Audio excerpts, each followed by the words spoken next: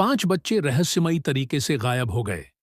सरकार ने 3,50,000 पुलिसकर्मियों और दर्जनों हेलीकॉप्टर्स को सर्च ऑपरेशन में झोंक दिया। 5 महीने की लगातार तलाशी के बावजूद कोई सुराग नहीं मिला। इनाम की राशि 42 लाख वॉन तक पहुंच गई, लेकिन बच्चे अब भी लापता थे। बच्चों के माता पिता ने एक तांत्रिक की मदद ली। तांत्रिक ने तांबे के सिक्के हिलाकर कहा, बच्चे दक्षिण पूर्व दिशा में हैं। अगले ही दिन वो पुलिस टीम को उस दिशा में ले गया। रास्ते में अचानक एक कचरा ट्रक की तरफ इशारा कर बोला, बच्चे इसके अंदर हैं। माता पिता ने पूरा ट्रक छान मारा, लेकिन वहां कुछ भी नहीं था। पुलिस को शक था कि यह किडनैपिंग का मामला है। उन्होंने माता पिता के फोन में रिकॉर्डिंग डिवाइस लगाई, लेकिन किडनैपर का कोई कॉल नहीं आया।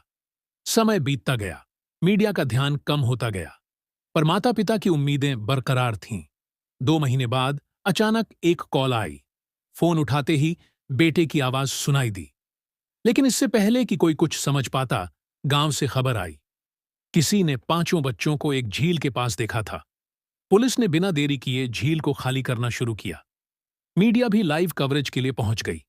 10 गोताखोर झील के अंदर उतरे, लेकिन जब पूरी झील खाली हो गई तो वहां कुछ भी नहीं था। 5 साल बाद एक संघर्षशील पत्रकार आर्यन इस केस पर दोबारा काम करता है, ताकि उसे अपने करियर में पहचान मिल सके। जांच के दौरान उसे एक प्रोफेसर की रिपोर्ट मिली। कातिल कोई ऐसा है जिसे बच्चे अच्छी तरह जानते थे। आर्यन ने प्रोफेसर को खोज निकाला।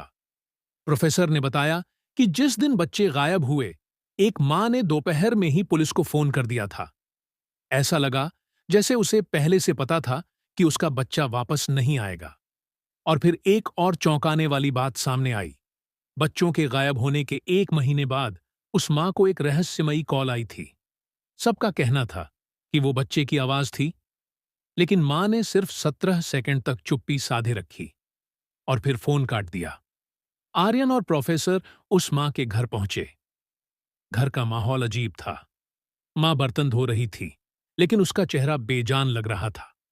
कोने में सीमेंट की आधी भरी बोरी पड़ी थी। तभी दादी आई और बच्चों के पिता की ओर इशारा करने लगी। जैसे ही आर्यन और प्रोफेसर जाने लगे, प्रोफेसर को वॉशरूम जाना था। जैसे ही वो बाहर निकला, उसने देखा बच्चों का पिता चुपचाप उसे घूर रहा था। तभी प्रोफेसर को एहसास हुआ, बच्चों की लाशें कहीं और नहीं